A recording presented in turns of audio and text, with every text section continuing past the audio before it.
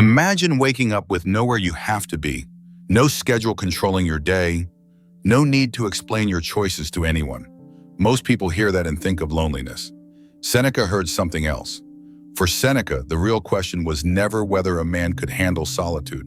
The real question was this: after a lifetime of proving himself, does he still know who he is when the proving finally ends? Most men spend their lives surrounded by noise and expectations. Very few ever learn how to walk alone without feeling lost. Seneca asked a different question. What if this is not a loss? What if this is a privilege? Seneca believed that some of life's greatest rewards that arrive after the demands begin to disappear. Not because a man has less, but because he finally has more of what matters. And what he discovered may completely change the way you see the years when a man finally learns to walk alone. You finally stop performing. For most of life, a man is being watched. At work, someone evaluates him. At home, someone depends on him. Everywhere he goes, someone has an opinion about how he should live. So gradually, without even noticing, many men begin performing. Not lying, not pretending, just constantly adjusting. Until one day they can no longer remember which parts are truly theirs. Many men believe they are afraid of being alone. Often they are afraid of being unnecessary. The strange thing is that many men spend their youth trying to make themselves needed, only to discover peace when they no longer need to be. Robert was a man who grew up with almost nothing. No family connections, no mentor opening doors for him. Every promotion, every opportunity, every dollar had been earned the hard way. By his 60s, he had the title, the house, and the respect he spent decades chasing. Yet one evening, sitting alone in a quiet room, he admitted something surprising. He no longer knew who he was without the climb. A man starts making choices because they bring him peace, not because they make him look successful, not because someone else approves, not because the crowd happens to be moving in that direction. Seneca knew this firsthand. He spent years advising one of the most powerful men in Rome. Yet some of his deepest writings came after he began asking whether status was giving him as much as it was taking from him. Reputation is a hungry guest.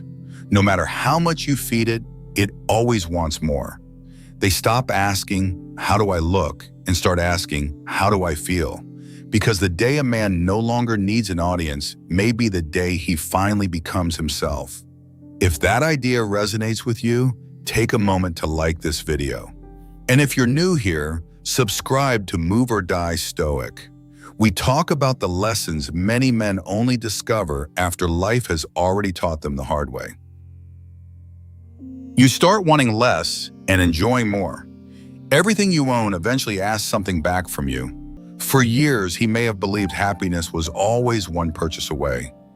Then one afternoon, he looks around his life and realizes something surprising. The house is quiet, the coffee is warm. Nothing feels missing. Despite his wealth, Seneca often practiced living with less. He believed desire becomes harder to satisfy the more it is fed. Many men spend decades running on that treadmill without noticing it never reaches a destination. The meal tastes better. The morning feels richer. Seneca once wrote, "He is most wealthy who is content with the least." You stop explaining yourself. One of the quietest freedoms a man discovers later in life is this: he stops defending decisions that already cost him enough. A decision made 10 years ago, a career change, a divorce, a move to another city, choices he has already lived with longer than most people have thought about them. Friends may advise, family may worry, but the consequences still belong to him. Then something shifts.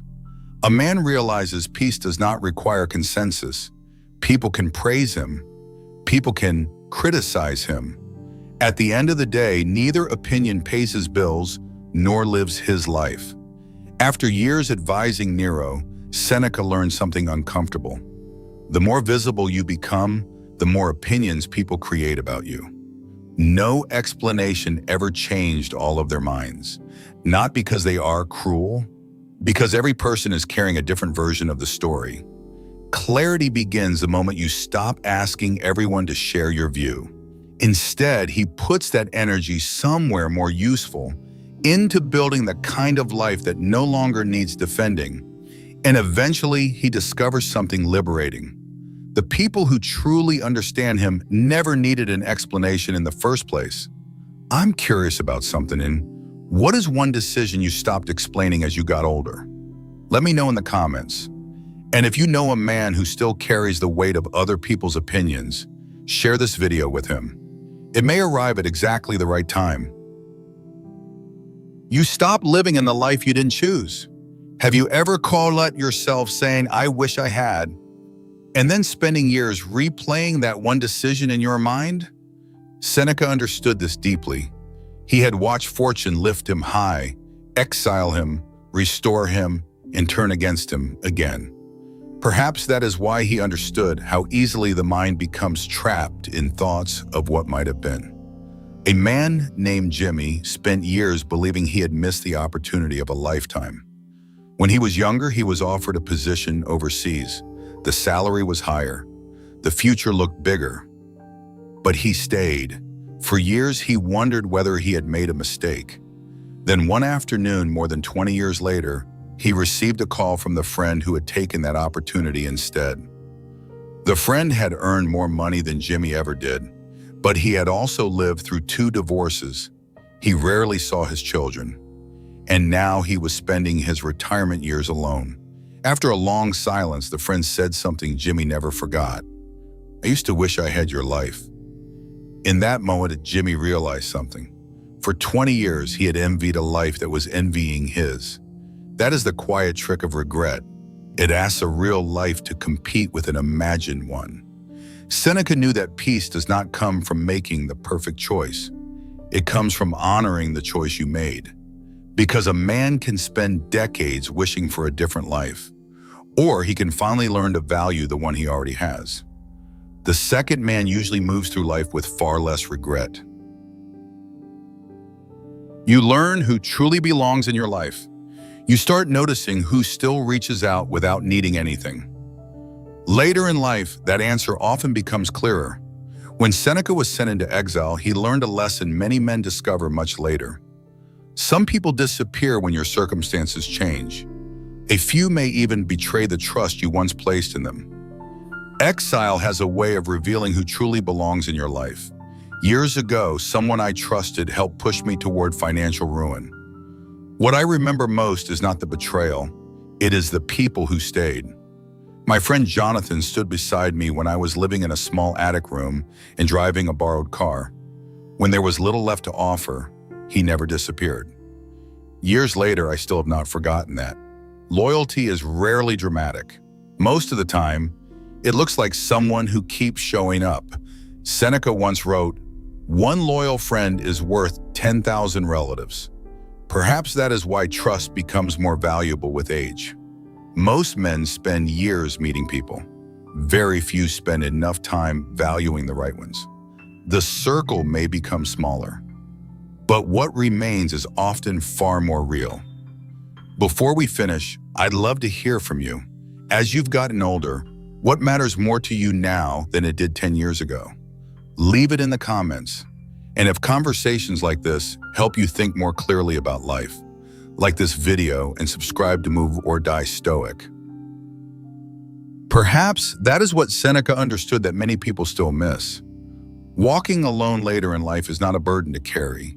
It is an opportunity to see life more clearly. By this stage, a man has already played many roles. He has spent years answering demands, meeting responsibilities, and carrying expectations. Then one day life becomes quieter, and for the first time in decades, he can hear his own thoughts without interruption. Seneca believed moments like these revealed who a man really was. Titles belong to seasons. Character remains when the season changes. Seneca once compared later life to a fruit reaching its full ripeness. Not the beginning of the journey, not the loudest chapter, but often the richest. The season when a man finally begins using everything life taught him. The younger man collects lessons. The older man finally understands them. So if your life has become quieter, do not mistake that for decline. Later life is not about becoming less. It is about finally becoming more of who you are. And perhaps the greatest discovery is this: a meaningful life was never measured by how many people stood around you. It was measured by how fully you stood within yourself. What is one thing you enjoy more now than you did 10 years ago? I genuinely love to hear your answer, because sometimes the finest chapters of a man's life are not the ones he leaves behind. They are the ones he is finally learning how to live.